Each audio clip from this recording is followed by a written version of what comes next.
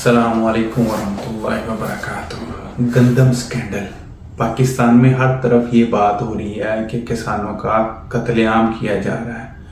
वाज़े कत्लेआम नहीं, मगर उन लोगों का हकीकतन ये कत्लेआम है कि एक बंदे ने बड़ी मेहनत करके इतने महंगे, इतने बुरे हालात में एक फसल उगाई और जब उसके सेल करने की बारी हो, उसका कुछ कमाने की वक्त आए तो वो बिकने के काबिल, यानी वो बिके ही ना, कोई खरीदे ही ना। इतने बड़े लेवल पे कोई भी प्राइवेट सेक्टर तो खरीद नहीं सकता, क्योंकि इतना मुनज़्ज़म कोई सेक्टर है नहीं। गवर्नमेंट खरीदेगी तो ये सारा कोटा पूरा होगा और हर किसी को एंटरटेन किया जा सकता है, और ये काम करने के गवर्नमेंट हमारे काबिल नहीं है। इसकी वजह इन्होंने बाहर से गंदम इम्पोर्ट कर लिया। गंदम तो इम्पोर्ट कर ली, ये तो सबको नजर आ रहा है। इसके पीछे क्या है वजह? इसके पीछे आपको शायद हंसी भी आई इस बात पे कि मैं हर बार में बैरूनी ताकतों को क्यों ले आता हूँ। आप यकीन मरें, वर्ल्ड ऑर्डर का ये हिस्सा है। जितनी चीजें, रिसोर्सेज, नेचुरल रिसोर्सेज, कुदरती वसाइल हैं जो, इन पे काबज होना। इन पे काबज कैसे हुआ जा सकता है? जैसे पानी के बड़े बड़े वसाइल हैं, नमक के वसाइल हैं, गोल्ड के वसाइल हैं, और बहुत सारी मादनियात हैं, इनके वसाइल हैं।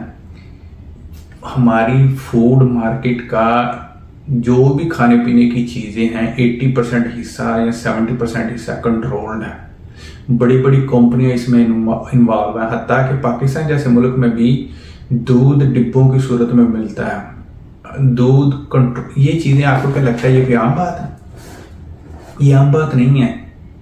ये दज्जाली सिस्टम का एक बहुत बड़ा मंसूबा है। दज्जाल जब दुनिया में आएगा तो ये सारा कुछ उसके ताबे होगा। ये ताबे कैसे होगा? इसी तरह होगा। अब देखें, मिसाल के तौर पे अगर एक ये जो गंदम स्कैंडल है ना, और इसमें मुलव्वस लोग हैं, ये आप माने या ना माने, ये लोग दज्जाली सिस्टम का हिस्सा हैं। किसानों को तंग कर रहे हैं। तंग इसलिए कर रहे हैं कि जो किसान हैं ये दिल बर्दाश्ता होके अपने खेत बेचें।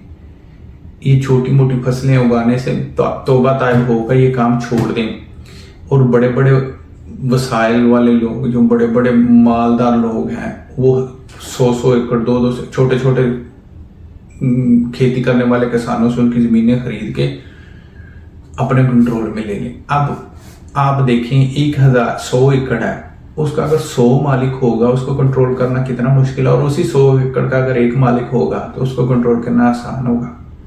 इसी तरह ज़मीनों में किसानों को पाकिस्तान में मंसूबे के तहत तंग किया जा रहा है। ये आज से नहीं किया जा रहा है। कभी खाद सिर्फ गंदम की हद तक ही नहीं, कभी खाद की सूरत में किया जाता है, कभी आलू न बिकने की सूरत में, कभी कपास की सूरत में, कपास की मार्केट को बंद करने के लिए ये सारे वसाइल कंट्रोल करना चाहते हैं। अब रिसेंटली मुजफ्फरगढ़ में कितने हजार एकड़ पावरफुल लोगों ने अपने चहेते लोगों को दे दिया। पाकिस्तान में एक अदारा है जो हर महकमे में, उसकी हर फील्ड में वो जो है ना हर फन मौला है। अब वो चाहता है कि वो ज़राअत में आके ये जो लोगों के हाथ में चीज़ें हैं, इन वसाइल पे काबिज हो, ताकि सिस्टमेटिकली सारी चीज़ें उनके कंट्रोल में आ जाए। सिस्टमेटिकली इसी सूरत में आ सकती हैं कि जब आपकी फसलों को, जैसे आपको याद होगा आज से 10-12 साल पहले, जब 20 साल पहले जब ये मुर्गी नई आई थी, तो छोटे फार्मर थे जो घरों में जिन्होंने फार्म बनाए होते थे, जब बड़ी बड़ी कंपनियां आई तो इन्होंने उनके लिए जीना हराम कर दिया। कैसे जीना हराम कर दिया? उन्होंने ऐसा किया कि जब बारी आती थी ना सेल की, तो ये बड़े बड़े छोटे होते थे ना, बड़ी बड़ी कंपनियां, ये इतना सस्ता कर देती थी चूजा कि छोटी कंपनियों वाले खसारे में चले जाते थे। गोश्त इतना सस्ता होने की वजह से वो छोटे फार्मर्स ने वो ये जो मुर्गी के फार्म थे ये सारे बंद कर दिए। और इसके बाद क्या हुआ? अब सारा मुर्गी का जो फार्मिंग है ये बड़ी बड़ी कंपनियों के पास है, और अब क्या है, अब गोश्त के प्राइस भी अच्छे हैं। उसकी वजह क्या है? क्योंकि बड़ी बड़ी कंपनियां कंट्रोल करती हैं और मार्केट में ब्लैकमेलिंग करती हैं। ब्लैकमेलिंग किस तरह करती हैं कि वो फिर जब उनके पास पता होता है कि माल ही सारा उनके पास है, वो जिस रेट पे चाहे, जब चाहे, जिसको चाहे सेल करें, वो कर भी रहे हैं। अब इसी तरह गंदम रोज़मर्रा ज़िंदगी की ज़रूरियात का एक बहुत बड़ा हिस्सा है, और हमारे यहाँ पाकिस्तान में छोटे ज़मींदार बहुत ज़्यादा हैं। अगर कोई एक बंदा को कहे कि तू अपनी सारी गंदम एक एक बंदे को कहे कि मुझे दे दो, तो वो कोई भी नहीं बेचेगा। कोई किसी हमसाये को बेच देगा, जैसे पाकिस्तान गाँव में होता है, वो कोई किसी मोहल्लेदार को बेच देगा, कोई किसी अपने रिश्तेदार को बेच देगा, वो जितनी उसका दिल करेगा वो मार्केट में बेच देगा। तो इस तरह वसाइल उनके कंट्रोल में नहीं आते। अब गंदम अगर सारी की सारी एक ही महकमा उसको कंट्रोल करेगा, वो अपनी मर्जी से जिसको चाहेगा सेल करेगा, जितने की चाहेगा सेल करेगा, जब चाहेगा सेल करेगा। और इससे क्या होगा, आम आदमी को कंट्रोल किया जा सकेगा। अब रोटी से बड़ी तो कोई ताकत नहीं ना होती। आपने देखा है पिछले दिनों में जब गंदम आटे की किल्लत थी, जिसके बाद इन्होंने गंदम इंपोर्ट की। आटे की किल्लत में क्या हो रहा था, लोग लाइनों में लगे हुए थे, लंबी लंबी लाइनों में, पैसे देकर आटा नहीं था मिल रहा। अब रोटी तो बुनियादी बेसिक जरूरत है, उससे तो नहीं ना भागा जा सकता। जो बंदा इसकी जिसकी जो रोटी किसी दूसरे बंदे के हाथ में चली जाएगी, कंट्रोल हो जाएगी, वो उस बंदे को तो जिस तरह चाहे ब्लैकमेल कर सकता है। इसी तरह बिहाइंड द सीन जो होता है ना, स्टोरी यही होती है। अब आप अगर आए ना इधर, बड़े बड़े अमेरिका में कंपनीज हैं, एक दो बंदा फार्मिंग नहीं करता, कंपनीज हैं जिनके पास, कैलिफोर्निया में चले जाएं, आप टेक्सास में चले जाएं, या आप किसी और बड़ी फ्लोरिडा चले जाएं, इस तरफ साउथ, ये जो कंपनीज एग्रीकल्चर करती हैं, ये एक दो बंदा नहीं होता। इनके पास स्टोरेज अपनी होती है, मशीनरी अपनी होती है, और हजारों एकड़ जमीन होते हैं इनके पास। फिर वो क्या करते हैं, फिर वो प्रोड्यूस जो वेजिटेबल्स या जो चीज़ें फल होते हैं, अब अगर फलों में देख ले कैलिफोर्निया में जाके, आप इतने इतने बड़े बाग हैं, आप सोच नहीं सकते। कंपनी कंट्रोल्स कर रही है। अब कंपनीज किन की हैं, ये कंपनी क्या करती हैं, कंपनी मार्केट को कंट्रोल करती हैं। जो चीज़ 1 रुपए में आम किसान दे सकता है, 50 रुपए उसकी लागत है, 50 पैसे वो 1 रुपए में दे सकता है, वही कंपनियां जो वही चीज़ अब 5 रुपए में सेल कर रही हैं। इसीलिए महंगाई दिन ब दिन बढ़ रही है। उसकी वजह ये है कि कंपनीज ब्लैकमेल करती हैं। उनको पता होता है कि मार्केट में वही बैठी हुई हैं, उनके अलावा उनका कंपटीटर कोई नहीं है। जो एक ग्रुप बन जाता है वो अपनी मोनोपोली बना लेता है। आप अपनी मोनोपोली के बाद फिर वो लोग जो दिल करते हैं वो करते हैं। इसी तरह ये दजाली सिस्टम का बेसिक स्टेप है। फूड की जो भी बेसिक इंसानी जिंदगी की जरूरत, अब बीजों पे भी कंट्रोल किया जा रहा है। बेसिक जरूरियात जिंदगी जो है ना, इनको कंट्रोल करना, इनको कंट्रोल इसी सूरत किया जा सकता है कि छोटे छोटे किसानों को तंग किया जाए, उनसे उनकी ज़मीनें छीनी जाए।